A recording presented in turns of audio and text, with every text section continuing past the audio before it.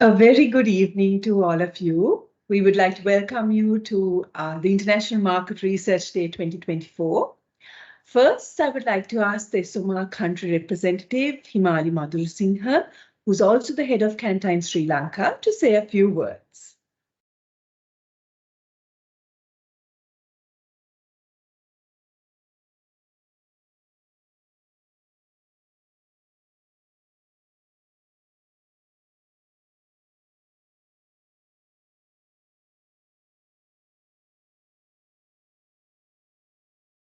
Himali, I think you're on mute.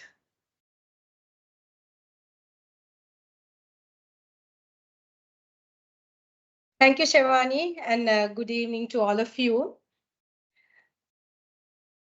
As the ISOMA country representative, it is my honor and privilege to speak to you a few words as we celebrate International Market Research Day, IMRD 2024, supported by ISOMA, the body that encourages, advances, and elevates market research worldwide. The theme, Research for a Better World, is brought to you in partnership with national, regional, and global associations worldwide that promote the use of research and insights to make a positive impact on the world. Market research fosters informed decision-making by providing evidence-based insights. It empowers policymakers, businesses, and communities to tackle complex challenges. So research equips us with tools and understanding needed to devise effective solutions to burning issues. Most importantly, research promotes inclusivity and diversity by amplifying diverse voices and perspectives, enriches our collective understanding and fosters a more equitable society. So it is not only the results that matter, it is also the passion and the dedication of the people who make it all possible with their empathy, curiosity, compassion, and innovation to create an impact and make a difference in the life of others. So today, to celebrate IMRD 2024, we are honored to have two eminent speakers joining us today to share their experience and how research has facilitated in meeting their goals. Let's celebrate the power of research to make a positive impact on the world. So Shivani, over to you to introduce our two eminent speakers today. Thank you. Thank you, Himali. So as Himali mentioned, we have with us two very esteemed individuals, Farman Nizar and Viranga Vikramaratne, to share their thoughts on our topic for today, which is research for a better world. So they both come with vast experience across sectors and different organizations. So if I were to give a brief introduction of our two guests today. So Farman has 28 years of diverse marketing experience across sectors that includes FMCG, food and beverage, healthcare, retailing, advertising, and research, both in Sri Lanka and India. And he is currently the COO of HealthGuard Pharmacy. We also have Viranga with us. So Viranga has almost 24 years of experience in both local and international markets, and his experience spans across diverse industries. So he's worked in Unilever, Brandix, Demo, and he's currently the CEO of John Keel's Food. So we're very happy to have you both with us today, and thank you for agreeing to join us in celebrating the International Market Research Day. So first, I would like to ask Farman to share his thoughts on our topic for the day, which is research for a better world. Over to you, Farman. Good evening, everybody. Good evening. You guys can hear me, Shabani? Can I be heard? Yes, Farman, we can hear you. Okay, I'm just going to load my presentation. Yeah.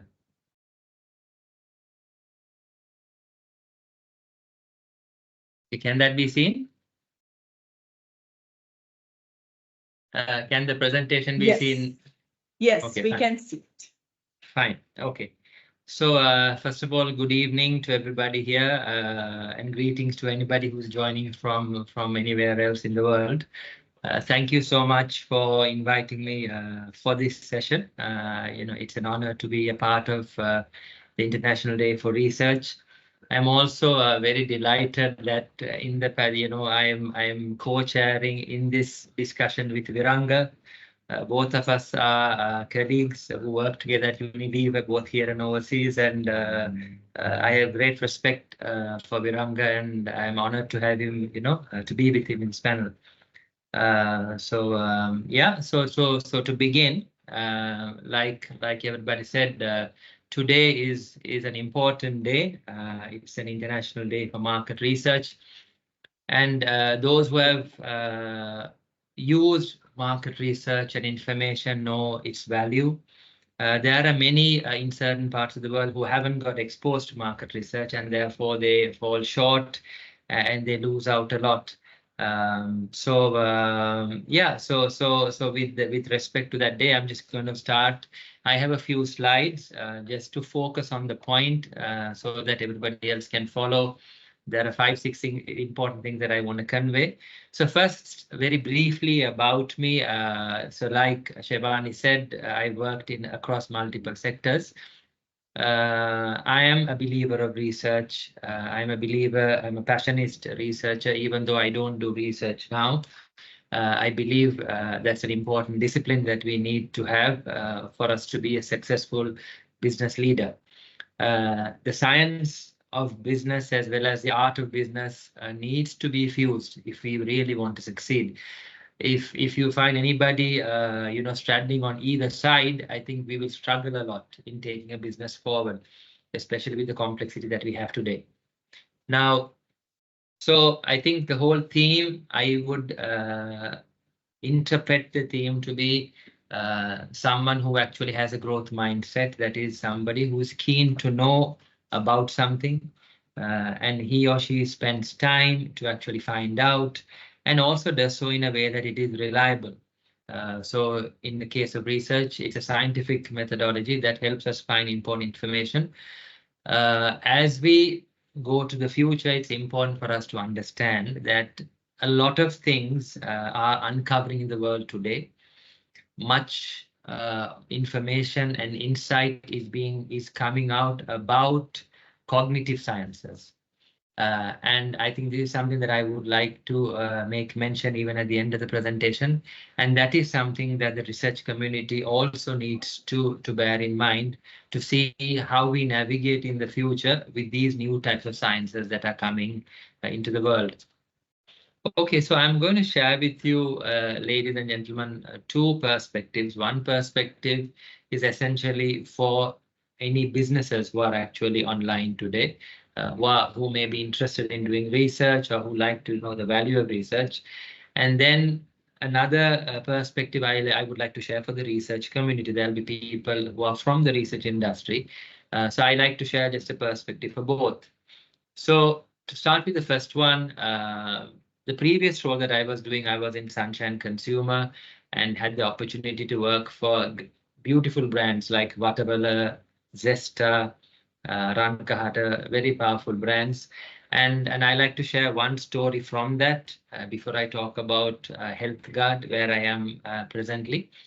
A few years ago, in trying to build the vision key for Waterwala, we were very keen to explore Sri Lankan culture in a far more deeper way. That is because Waterwala is about progressiveness, yet holding strong into what is dear to our people. Hence, we had to do a series of work, not one project, not 1 month. It took 6 to 8 months, where we had to do multiple levels of work to really find out what are the values that inherently connect with our people and what we are concerned about we lose for the future. So that study, after several 6 to 8 months, came out with these fundamental 8 values that are extremely rooted for the Sri Lankan community. The parents, the previous generation, are keen that none of these are lost when we go for the future. One of the reasons for us to do this was because Zesta, the Waterwala as a brand, had to choose one significant value for it to charter its journey in the future. And after much debate, Waterwala chose on gratitude as the primary value that it will focus on for the future. So through that particular choice, the brand has done many things, whether it be in communication, to respect, for example, the tea leaf that you drink at tea, that it has touched over 10 to 15 hands before it comes to you. And therefore that we need to pay gratitude for that. That was something interesting. Another thing that we did, I think recently, about a year or two ago, was we had a reciprocity campaign. Sri Lanka, all of you know, we had a challenge in terms of economic challenges for the people in the last few years. And during that time, one of the we were struggling even to celebrate Aurudu, wholeheartedly, because there were people, our neighbors, who couldn't do that. So then we actually did a reciprocity campaign, where we actually started helping a lot of people, and we wanted the commoners in the country to actually, take the same example and help one more family.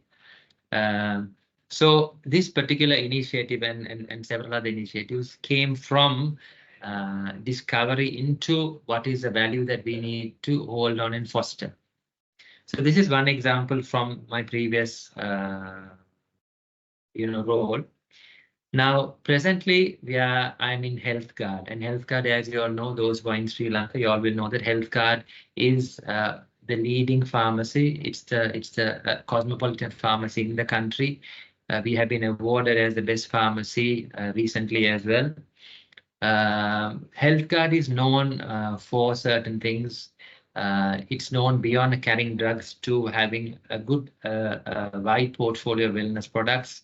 Customer service is a step above what you receive in other pharmacies. And we have foundation of qualified pharmacists. We sell only registered products that come into the country. Now, whilst this is the case, you would also agree that it is not an easy area to differentiate, because there are two big reasons. One reason is, as a retailer, whether you take healthcare retailing, which is HealthGuard, or you take supermarket retailing, which is like Keel and Cargill's.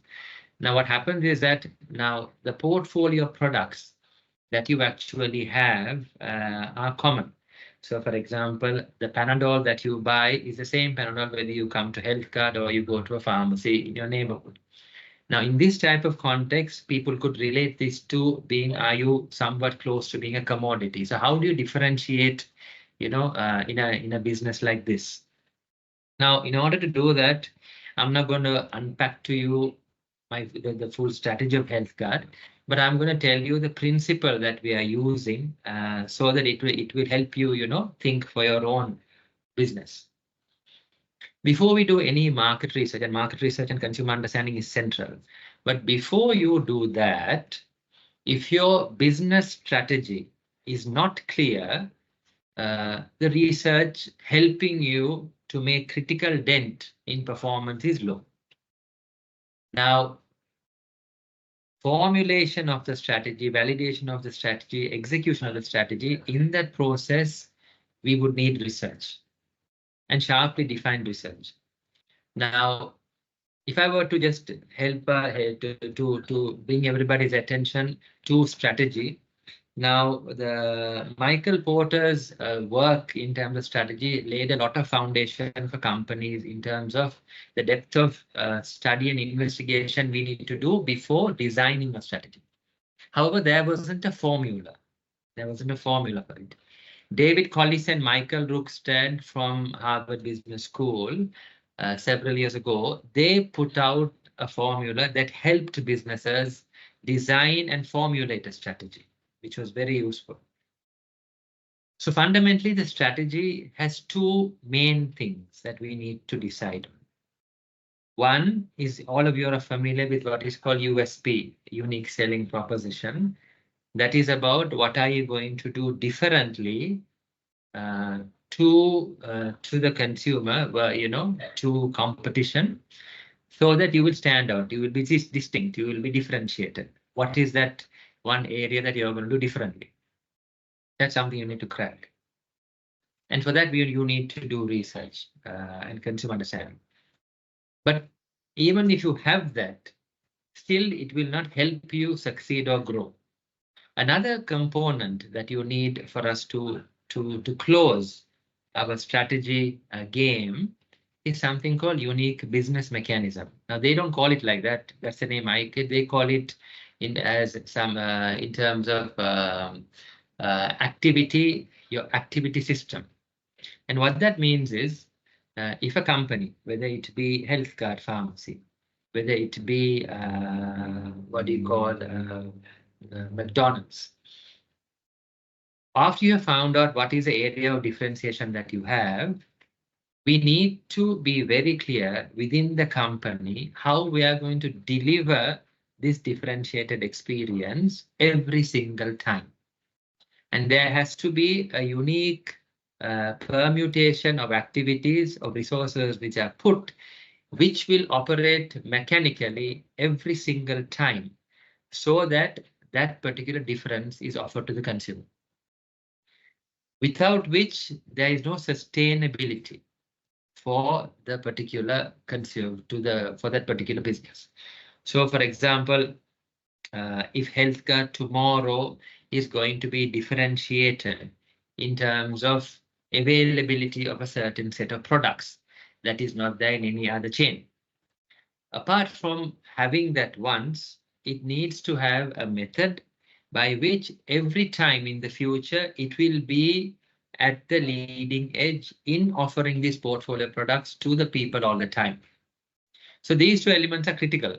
And once a business is clear in terms of what is the strategy and how it's going to deliver, then they need to, and even in that process, you need to actually understand consumers in formulating the strategy and in executing the strategy as well.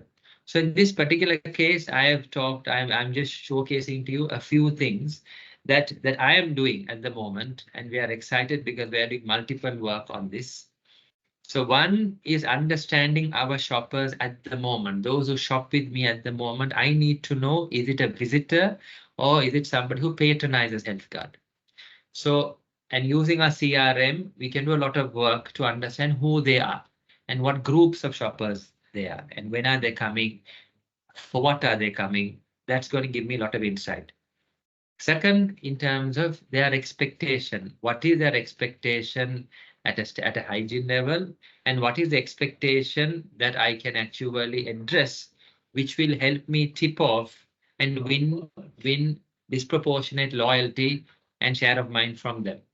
So that is something I need to find out, because if I don't find that out, I will be as the market standard. So competition understanding is very critical. The consumer's experience in having a competitive product or competitive service is very important. So winning with the consumer with the right type of what do you call a difference and being able to deliver this every single time is very important. And for that, understanding on all these areas is critical.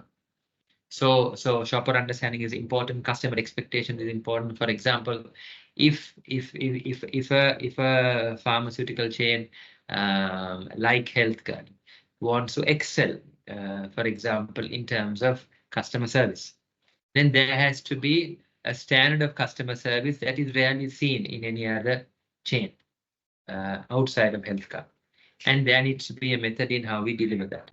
So this is another simple illustration for those who are in multiple businesses in how we can actually use research in formulating a strategy and executing it.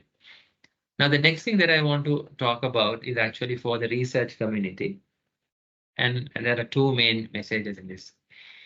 One is the research community in Sri Lanka, in India, in other parts of the world. There is evolution that is happening in evaluating things better, but I don't know if it's happening at the pace that some of the other sciences are growing. So I am eager to actually see more validation of new methodologies and dispensing or ditching methodologies, that are not working. I mean, all of us know, for example, I mean, the new Coke, everybody knows the new Coke story, and it has multiple lessons. One of the simple lessons of the new Coke thing was about blind testing versus versus the in-home test. Now the blind testing problem is that it's always a SIP test. So it never can actually be used to understand the experience people have in really using a product. So for example, however, people still use that. Now, some of you must be actually knowing about the Ehrenberg Bass Institute.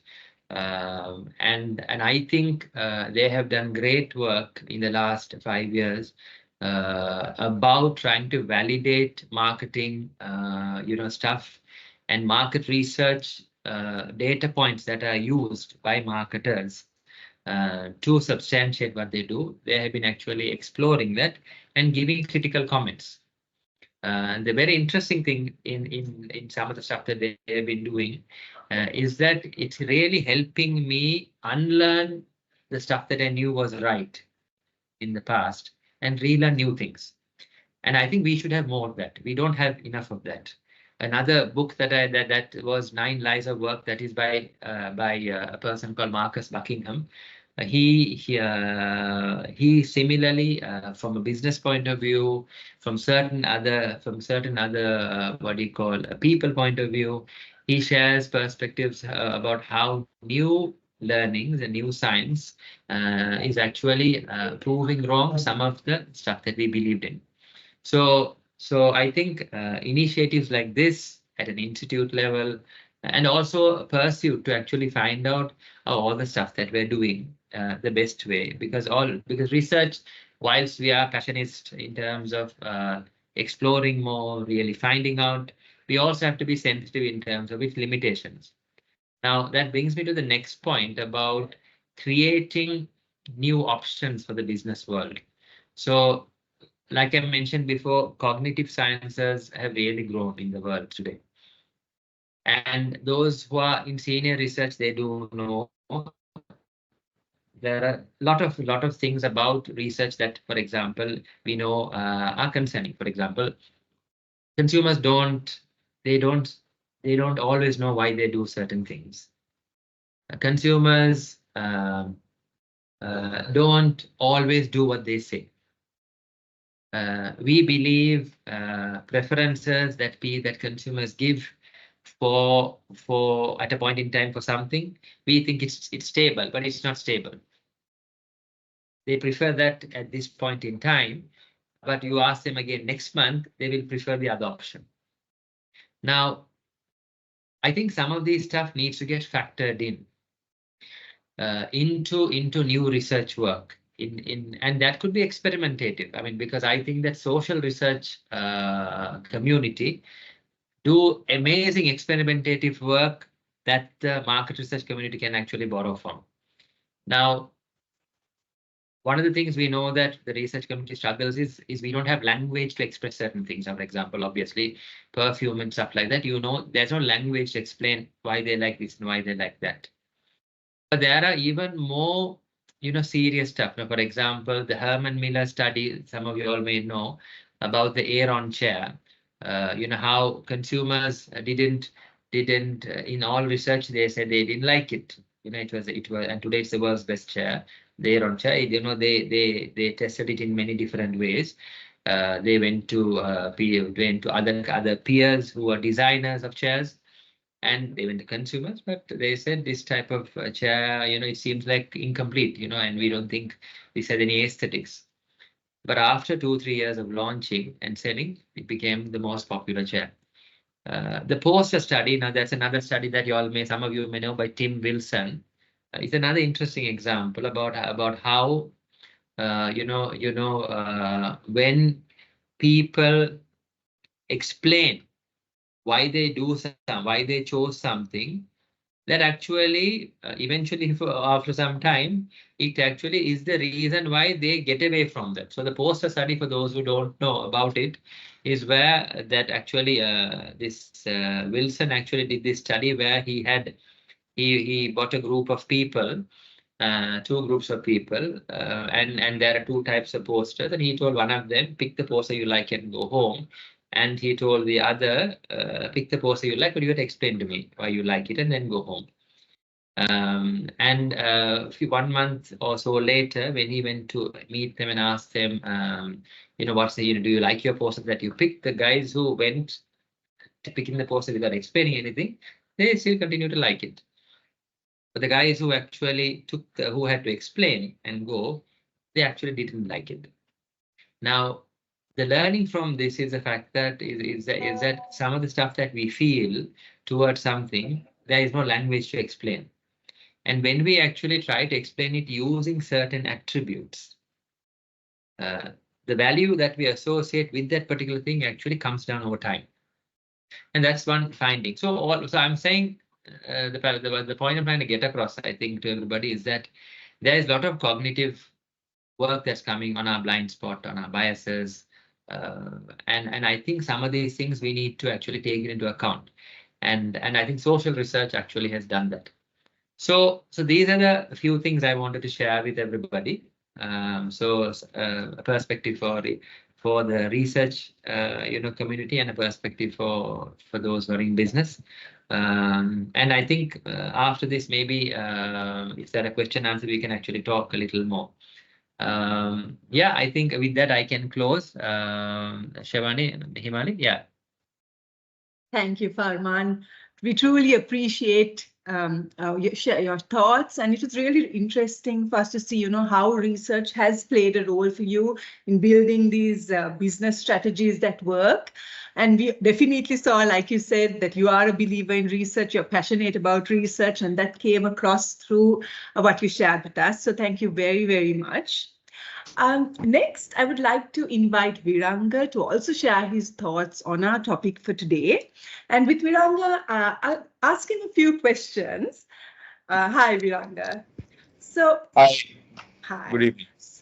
Good evening. So, Viranga, when I was giving an introduction about you, I spoke about all the different industries, the different organizations that you've worked in.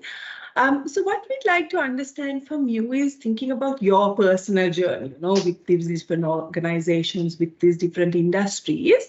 How have you got involved, in doing good for society or trying to, make our world a better place? Okay. So I think, yeah, I've spent time in different industries, different countries, and I think every company and culture approaches it, I would say, by and large in the same way, and sometimes it's also different. And some companies do better at marketing what they do, and some companies don't really even want to talk about the good that they do, right? And that's what you get from various approaches, right? So I think doing good to the society is something that I think what I can summarize from my experience is that you need it. Yeah. So without doing this and certainly doing hardcore thinking and strategizing and research around doing good for whatever brand that you may be handling or managing, I think if you are unable to find that angle, unable to find that perspective of what exactly is the benefit, the long-term sustainable benefit to society, I think brands just will fizzle out, right? They will make money, and you can make money, and I know many brands that can do that. But if you want to work on brands and if you want to grow brands for decades, and I work with organizations which have brands for sometimes centuries. I'm working on one brand on Elephant House, which is a 150-year-old brand. These brands don't last because of great marketing, honestly, or great product, but they also have been able to build sustainable empathy with the communities that they serve. So I can just quickly rattle off, things like Surf Excel from Unilever days, where in Pakistan we are trying to, get kids who've never been out of the house to get in and start playing with mud in a culture like in Pakistan. Was tough, right? But then you have hundreds and thousands of people coming for events, and that's the do good part. Just getting them out of the house. You might think that's a stupid thing to do, but you link that to a brand philosophy of dirt is good, right? You can actually do that. And today, stretching to my time at Brandix, where water was and water still is, I think, for the organization, a core part.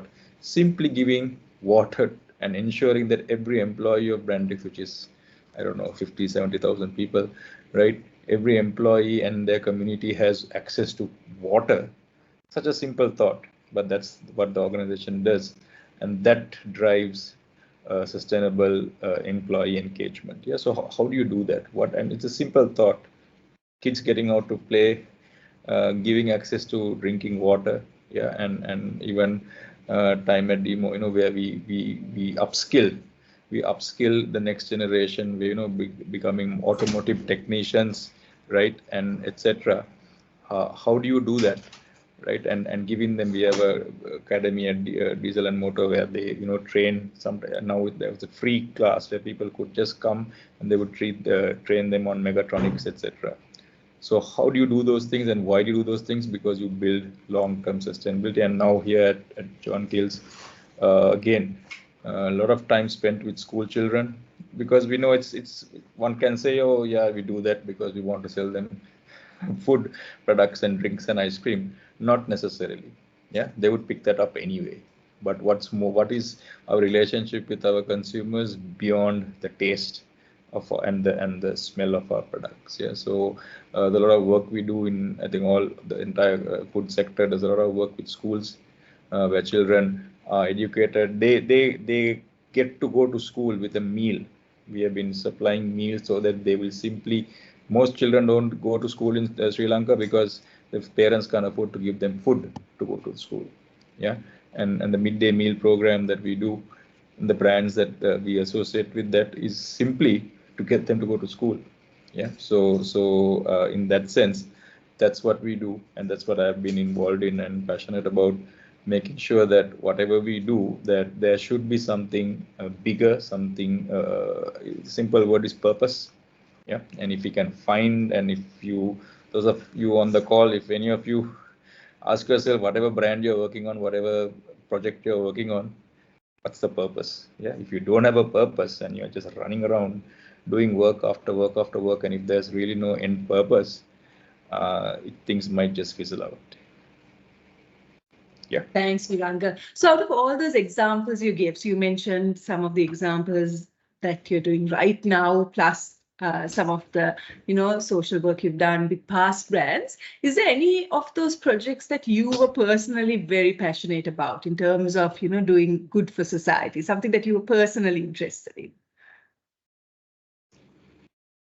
Yeah, well, during that crisis, I mean, I'm assuming we are all agreed that we are slowly trying to come out of the crisis. But during the crisis, I took time off between demo and Keel's food and grew paddy, because the country needed paddy. So we have some land and got down, and I became a farmer for 8 months of my life.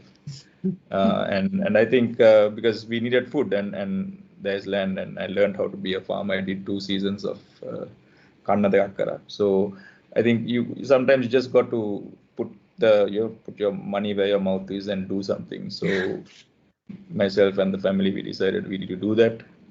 So yeah, so I think of all this, if you say do good for society, because it is not for my consumption, it's too much for me. But I said, look, I need to contribute when there is a need. So we chunked everything and did it for 8 months of my life. That's nice. And I have a few questions for Farman as well. Along with this, please, Farman, if you can also join our discussion. And this question is actually to both of you. So we spoke about how important it is, for a brand to integrate social responsibility into its operations, as Viranga was saying. What would you say if you look at the challenges when a brand in Sri Lanka right now is trying to do that? Are there any challenges that it would come across? Yeah, I think the challenges depend. Like I think Viranga said, it might change as per the industry. Each industry has a challenge. So if you take, for example, if I were to talk about the healthcare retailing, which is pharmacy chains. Now in Sri Lanka, one of the challenges that is there is that people have the habit of buying products, requesting medicine without prescription. Now we try to generally sell only through the prescription.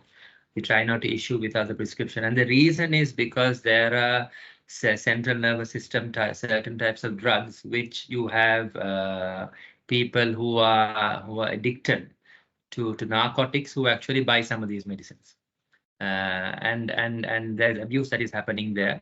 So now the challenge is, now from the other side, the challenge that we have is we have regular customers who try to come and buy without the prescription, and if when you start insisting on the prescription, we lose the customer. So from one side, we are trying to be responsible as a company to sell responsibly to customers. And from the other side, we have customers who are actually saying, now the doctor sent me the prescription, we'll set a medicine on the phone, and he brings the phone and says, give me these medicines. So that's that's a challenge. And then we have to find mechanisms to actually overcome that. And we've done that, and we're in the process of doing some of these things. Yeah. Right. Thank you, Farman. And Viranga, what would you say are the challenges? Yeah, I think for us right now, I think one of the key things is regulatory. Yeah, and sometimes I think like for us in food industry, packaging, for beverages, especially our Elephant House drinks business and even ice creams and all that, we have a lot of packaging that needs to go in to ensure product quality, right? And in Sri Lanka, the whole revolution or the push towards plastic bottles, non-plastic usage, right? So therefore, I think the government also needs to support the regulations and so that we are able, for example, in food grade plastics, you cannot go to a recycled plastics for food grade. It's not allowed. Yeah, and if you do that, certainly there's a fear that but in other countries you do that, right? Recycle PET or rPET as it's called is very common outside the world, but in Sri Lanka, rPET is not something that is done for plastic bottles, right? So how do you change things when legally you are not allowed to do it? Yeah, even if you want to, right? So that's probably one thing, and so therefore, second challenge is the government giving incentives or enough incentives for local suppliers suppliers of suppliers, right? Are they given enough incentive to generate things, to start things on their own, right? Or is it simply, example, today, we import and market French fries. I would love to buy French fries. I will buy potatoes from Sri Lanka and do say French fries, but it's prohibitive, right? It's prohibitive, right? And there is no push to get Sri Lankan farmers to grow potatoes. We import all our potatoes. All our onions come from India and wherever, right? All our dal comes from Canada, right? So we have a problem. So if we don't change those things, I think you can say sustainable development and do good for society, but I think it has to be hardwired in everything we do.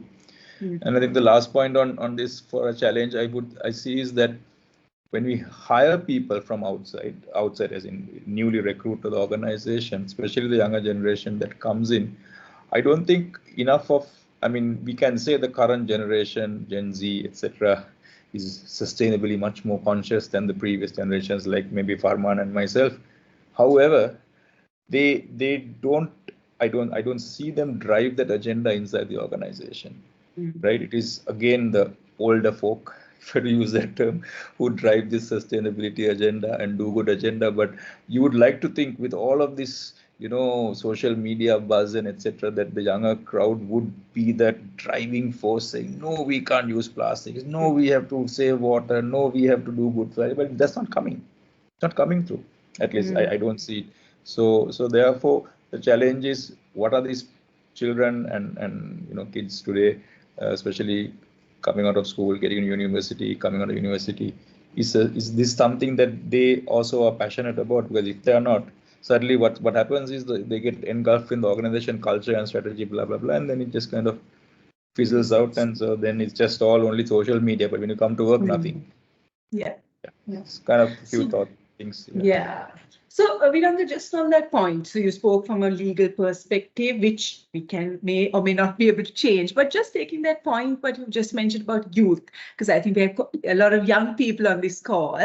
What could we do to, keep that passion for, sustainable going forward? What can we do to not let it fizzle out, that enthusiasm and that passion for a better world? Both as more senior people and the youth themselves, what is something we can do? No, I think if you take any organization, whether it's Sunshine Holdings or John Gill's, it doesn't really matter, right? Every organization does have this as one of their key must deliverables to our shareholders. That's a given, right? So it's there. It's there somewhere in the strategy paper, in the PowerPoint, it's somewhere there. Now the question is, are you going to wait for someone to come and shove it down your throat, ESG as you call it, right? Or are you going to take your own initiative and say, look, we're going to do something, we're going to do something small in my department, in my flow, in my whatever, lunchroom, buddy group, whatever, right? And start somewhere, say, we're going to start this project, right? And we're going to get, and you don't always need a organizational funding and all that. Start somewhere, right? Because it's going to eventually, like Farman said, it has to adapt to that end game, right? The end goal. So if you can see that connect those dots, and we'll start something small, right? And it should be in line with the organizational goals, obviously. Otherwise, you start something and then it's not going to link, and then the group, whoever one will say, hey, look, it's a nice idea, but it doesn't link with our plans. Yeah. So start something, right, which is as part of the overall sustainability agenda of the group, the company, etc., the business, and get your hands dirty. Right, don't wait for people to call you for meetings and etc. and explain and ask you to volunteer. Volunteerism is a challenge, to be honest. Yeah. Right, you have to send out email after email and say, come for this, come for that, come for this cleanup and this and that, come to teach, come to that. It's cross everywhere. Nobody puts a hand up. I'm saying volunteer. Put your heart where your money is and put your hand up and go and teach, go and clean, go and help uplift another community, right? And if you can do that on your own time, right, weekends or whatever, that will start, and you have to believe in it. If you do it because the organization is calling for it and you're going to score some brownie points with your department head, not going to work because it will fizzle out soon. Nice. So just Shivani, yes. I just want to add to what Viranga said. I think it's very nice to I mean when we echo authenticity in leadership. I think that is something that that we need to really foster and nurture. So one of the things that we started doing is I mean, I'm trying to call it 1 hour for humanity. So once a week on Fridays at 2 o'clock. So within our head office business, what happens is from the international, there are international days. So every Friday we have a person nominated who will actually talk about a humanitarian issue. So last week was the planet's Earth Day, and before that was Down syndrome. Before that was ADHD. So what happens is that I think sensitivity to social issues, and sensitivity to the fact that our purpose in life is not only about making money. I mean, even as a business, before you're a businessman, you're a human being. So I think that culture about a sense of responsibility in whatever you do, is important. And I think, like Viranga said, it rests with each. I mean, not only CEO, it rests with each department. I mean, each department can do so many things by themselves. You don't need anybody's permission to do some of these things. So I think that type of some simple initiative just to arouse a sense of responsibility will help people, and will help them slightly come out of simply posting stuff in Facebook. Yeah, that's a lovely thought, Farman. Thanks. So just thinking about research now. So I think both of you spoke about, in terms of a business, in terms of a brand, how purpose is important, in terms of integrating that into your strategy, and also at a personal level, also how we should be driven by purpose, driven by doing good for society. If you think of research, do you see a role that research plays in this entire journey of making the world a better place? Do you see any role that research could play? Viranga? Yeah, of course. I think, I mean, you don't, I mean, I think doing good is no different trying getting into a new market, right? You will get into it only if it makes sense, right? So something has to make sense, right? So if 60% of Sri Lankans are having going through malnutrition, that's a fact. It's not some political whatever thing, right? It's a fact. It's known. WHO and everyone is saying it. So research and the facts and the figures is what's going to make the people the impact you want to shake people up, right? Or propel you to do something, right? So therefore, I think research has a huge role to play, not just to come up with numbers, but to really understand and what is driving the underlying issue of certain societies, certain groups in our country and wherever else, right? What's the underlying reason for this kind of behavior, right? Why do they not do this, right? It seems logical, but they're not doing it. Why, right? And when you go a couple of layers down, so research can happen in a formal and in an informal way. But if you don't spend time to understand, and we are very quick, okay, let's try to check $1 million and that school will be happy. No, that's not going to do it, right? And organizations also don't do that anymore. At least the ones that have been associated don't just write a check, say, okay, here $1 million, now keep quiet and go away, right? People take the time to go, and at least at our place we go and meet people, understand the issues of the children, and if it's a school thing or if it's a community. Today we are doing some work to get people in one of our factories at Jayala, right? So in that area with the Pradesh Sabha, trying to get them to do some farming on their own and helping them, getting them the seeds and etc., so that they themselves, but that comes because you spend time with the community center, understanding their needs, right? And there we understand that the women are at home, they need a livelihood, and therefore, so that comes to one-to-one interviews in a sense. If you take a research methodology, one-to-one questionnaire, not a questionnaire, but a one-to-one heart-to-heart chat, and you meet hundreds of ladies who are at home. They have space in their houses, but they're not earning any income, and therefore, what can an organization like John Keels do with the foundation and the work we do to get there? So I think same. We just need to know. In order to know, we need to go in and understand the methodology we use can differ, but without research, I think we won't know. And when we don't know, we are blissfully ignorant, and then we just do what we think is best. Yeah. So I think it's always good to validate. It'll also help garner support from the rest of the organization, saying, look, we did it here, and we see the facts, the results are there, etc. So therefore, help us. Yeah, or you get more partners on board to partner your cause or a bigger cause. Thanks. Farman, anything to add to that in terms of the way we I agree with Viranga. See, just 2-3 fundamentals. I'm sure Viranga and I mean, it's the same. We have the same wavelength. Now, the whole thing about CSR and sustainability, if you look at global compliance by big companies and across the and if you look at the most common stats, you will find compliance is low. They have to be. There are few companies who are willingly doing it. Many are not. The governance structure is trying to slowly get regulated to help people, to get into the new way, to this type of ecosystem. Now, commercially, what happens is that organizations are sometimes not convinced in the sense that, I can't actually do it this way, because if I do it this way, it is not commercially possible. So there you need alternatives, and sometimes those alternatives it's an R&D thing, where we it's a regulated thing. Like, for example, the example that Viranga spoke about, importing certain types of vegetables into the country, versus local. Now, so what do you do now? Now, yes, if you do it locally, it would have helped. But sometimes if you do that, you will use your commercially, you will not be, it won't be viable. So that reality is there. Then from the other point of view, in the areas that companies do get into social areas where they're trying to make an impact, I think there are standard ways in which companies would like to support, some of these things.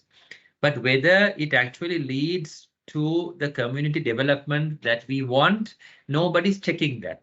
Okay. Nobody's checking that. So there may be companies which are actually giving money for funding for poor people, maybe setting up livelihood projects.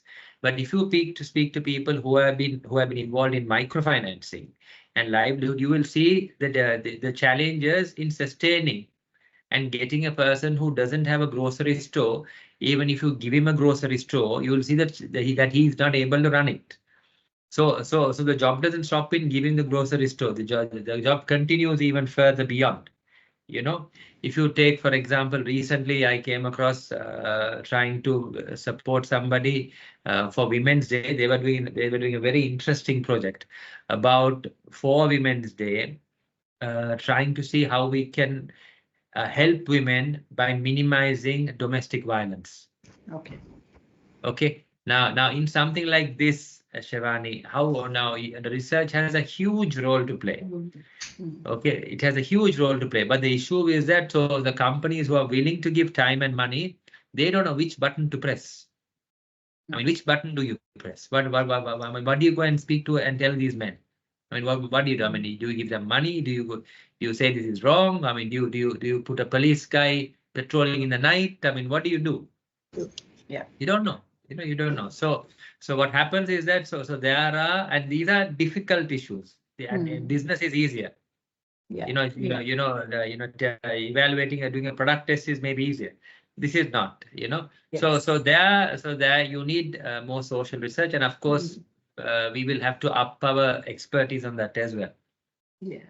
So thank you. So I think it was very clear how research can play a role, not only in first identifying what that need is, like Viranga said, that human to human, what is that real social issue, the need, and then also in terms of actionability, how do we practically action, how do we help, and also evaluating whether it's actually working or not, That's right. So in all these stages, definitely research can help. So just the last question very quickly to both of you. If I were to ask you what more could research do, in terms of if you think about your strategies, your organizations, the role that you play in terms of making a better world, what more could research do? Just very briefly, is there something more we could do? Yeah, there's a lot more anyone can do, I think.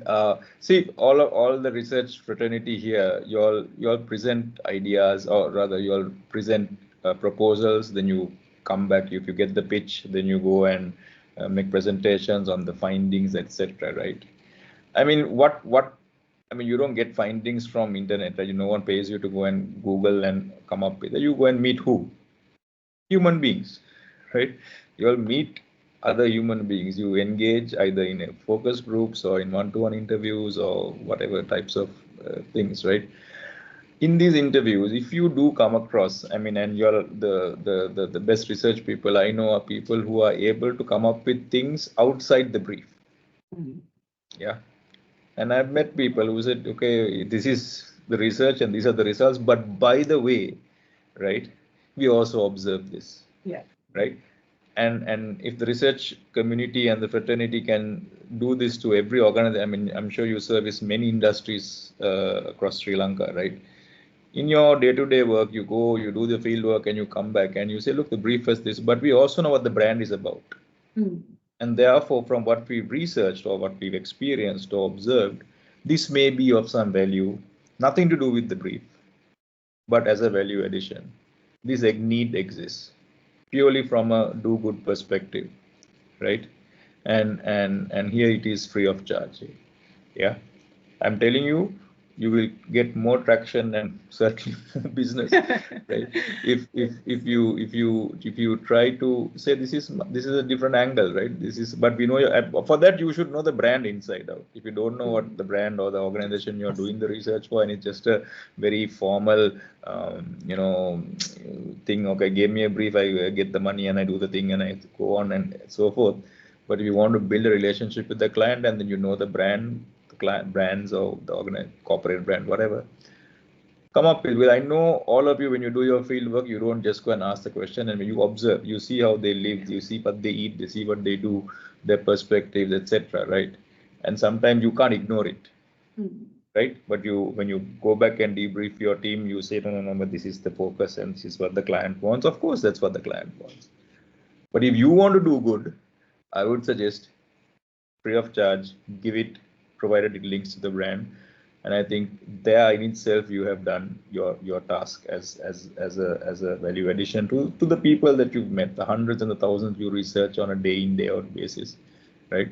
You don't have to ask extra questions, I think. Yeah.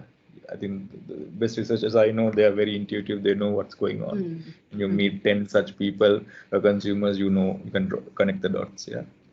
Connect the dots, put it into a basket and go and give it. Yeah. As on the house. I think you will make some ripples. Yeah. In your next presentation. Thank you, Viranga. Nice. And Farman, anything briefly to add to that? Yeah, I think in the presentation I did share 2-3 perspectives in terms of stuff that you guys can do. Yes. So another angle is that I think research community has to come out of this evaluation mentality. Because presently I think it's like a reactive mode, where when the client wants something, and most of the time it's evaluation, he calls you up and says, can you do this for me? And it is project based, and you treat it as a project, and that's about it. Now ad agencies are not like that, and that's one of the reasons why client seems to spend more time with ad agencies, and they seem to be engaging more because they're in the creation process. And not only in the evaluation process, because evaluation process is a policeman job. So creation process is a different job. So you have to start stepping into the creation process. And how you do that is similar to what Viranga said.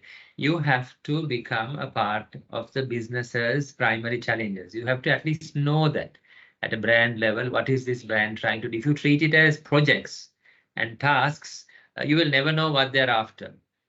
Whereas if you work with them a little closely, and it's not about increasing market share, but market share increase, there are 2-3 big blocks they need to uncover. You have to be aware of what those 2 obstacles are. And the first research that you did might help only partly in resolving that. But your interest to actually participate with them in terms of, what's happening, guys, and seeing how to support them, and where are they getting stuck. Because anyway, the growth, what you have to understand is, Shivani, the clients are focused on growth, not information. Information is one small part. There are 10 other things apart from information which they have to do, which delivers growth. So therefore, I think engagement with them will help you understand better. But usually that's done, in my experience, by very few people. Very few. Very few actually, engage like that. Okay. Thank you, Farman. So I think yes, definitely food for thought for us researchers. So thank you very, very much, Viranga and Farman, for spending this 1 hour with us. We truly appreciate it, and we just got a glimpse into, I think, both of you in terms of your vast experience, just a little glimpse into how much you have to share with us, and we truly do appreciate the time and the effort that you spent to be here. So thank you very, very much. And thank you also for all who joined today. I'm sure you found it a valuable session, so thank you.